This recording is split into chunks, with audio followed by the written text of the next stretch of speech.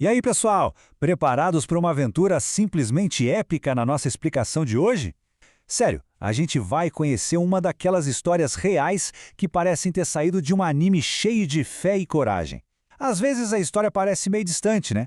Mas olha, ela está recheada de lendas de verdade. Imaginem o nosso mundo como um oceano super escuro e agitado. Quando bate aquela tempestade gigante, os faróis luminosos são a nossa única esperança para guiar os navios com segurança. Hoje, nós vamos descobrir a história de um desses faróis imensos da igreja.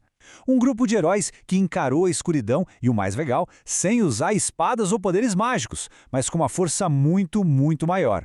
Mas antes da gente mergulhar de cabeça nessa história, pensem um pouquinho. O que é que faz alguém ser um verdadeiro herói? Bom, nos animes os protagonistas geralmente têm aquela super força, armaduras incríveis ou soltam raios de energia, certo? Parece que quem tem a arma mais destrutiva sempre vence o mal. Mas vem cá, será que os verdadeiros heróis precisam mesmo de violência ou de luta física para ganhar? Ou será que o superpoder invencível de verdade vem lá de dentro, de uma força interior, de um amor gigante e de uma convicção espiritual que nada consegue quebrar? Guardem bem essa ideia com vocês enquanto a gente avança.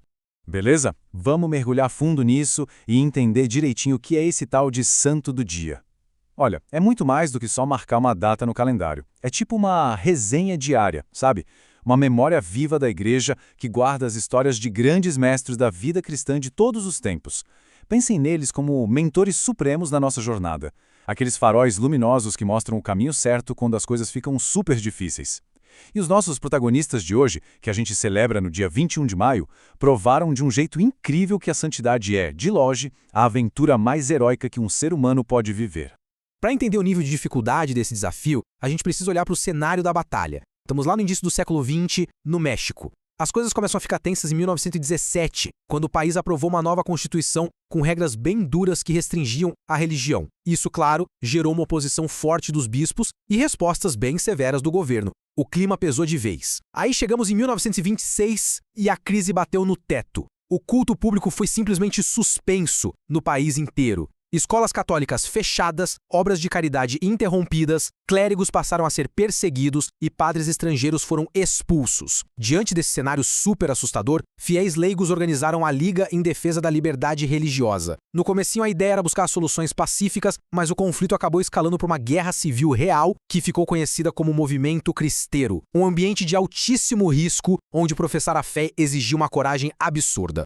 E é exatamente no meio de todo esse caos que entra o nosso protagonista, o Padre Cristóvão Magalhães. Ele nasceu no finalzinho do século XIX numa família camponesa e se tornou um sacerdote extremamente dedicado, um homem de fé inabalável que assumiu a paróquia da sua própria aldeia natal, chamada Totiche. Sabe, muita gente no meio de uma perseguição onde padres e bispos estavam sendo duramente caçados poderia simplesmente fugir ou se esconder, né? Mas os verdadeiros pastores, esses homens corajosos, escolhem ficar. A maioria dos sacerdotes, e o Padre Cristóvão foi um dos maiores exemplos disso, continuou firme junto ao povo, cuidando espiritualmente de todo mundo. Ele praticamente virou um guerreiro pacífico bem no meio do fogo cruzado.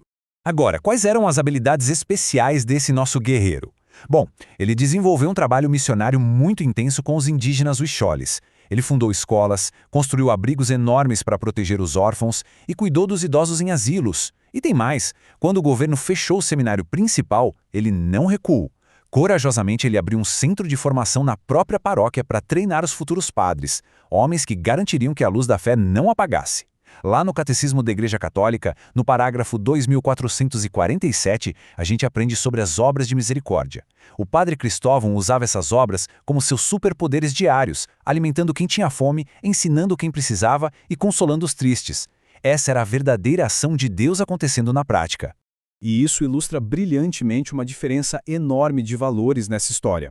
De um lado, a gente tem as armas do mundo, as espadas, os rifles e a pólvora que o pessoal estava usando na Guerra Civil, mas do outro lado, dá uma olhada no arsenal do Padre Cristóvão. As armas dele eram o rosário, a caridade, a educação e o incentivo para que as pessoas se desapegassem das coisas materiais e vivessem melhor. Ele conseguia ver a beleza de Deus na criação e em cada pessoa que ele ajudava. Enquanto o mundo lá fora tentava resolver tudo destruindo as coisas, ele escolheu construir. Era nessas práticas diárias de santidade que ele encontrava força para resistir a toda aquela pressão gigantesca do governo. A atitude dele inteira se resume numa frase espetacular. Ele dizia: A única arma da igreja é a palavra de Deus. O padre Cristóvão rejeitava completamente qualquer tipo de violência. Ele não apoiou o levante armado dos cristãos, preferindo sempre a resistência pacífica. E olha, isso tem tudo a ver com o que a igreja ensina. O catecismo, lá no parágrafo 2306, lembra pra gente que aqueles que abrem mão da violência para proteger seus direitos e usam meios pacíficos estão dando um testemunho real da caridade do evangelho. Ele provou que a gente não defende a fé derramando o sangue dos outros, mas sim doando a nossa própria vida por amor. Só que a tensão chegou ao limite para esse grande herói. Ele tinha sido ordenado lá em 1888 e nunca, em momento algum, abandonou seus fiéis. Mas no dia 21 de maio de 1927, ele foi injustamente preso pelo Exército Federal. A desculpa oficial era que ele estava apoiando a rebelião, mas a verdade estava na cara. Ele foi condenado à morte simplesmente pelo fato de ser um padre. E assim, chegamos ao fatídico dia 25 de maio. Na cidade de Colotlã, o padre Cristóvão foi levado ao fuzilamento. E ele não estava sozinho nesse desafio final. Ele foi martirizado lado a lado com 24 bravos companheiros, sendo 21 sacerdotes e 3 leigos. Então, o ponto crucial é entender como eles encararam esse momento final. Não teve desespero, não teve ódio, nada disso. O padre Cristóvão eternizou o momento com uma frase de arrepiar: "Ofereço a minha vida pela união e pela fé do povo mexicano." Nossa, isso muda completamente o jogo. O mundo pode até olhar para o Martinho e ver uma derrota ou uma tragédia, mas com os olhos da fé, esse é o clímax triunfante de uma história de amor. Como diz o parágrafo 2473 do Catecismo, o martírio é o testemunho supremo da verdade da fé, um ato máximo de fortaleza e amor a Cristo. Ele perdoou quem estava lá para executá-lo e entregou a vida em paz, vencendo a violência através do próprio sacrifício. E claro, uma luz que é acesa por Deus jamais pode ser apagada. Isso nos leva a um epílogo grandioso para essa aventura. Em vez de ser esquecido no tempo, o sacrifício do padre Cristóvão e dos seus companheiros inspirou um monte de gerações.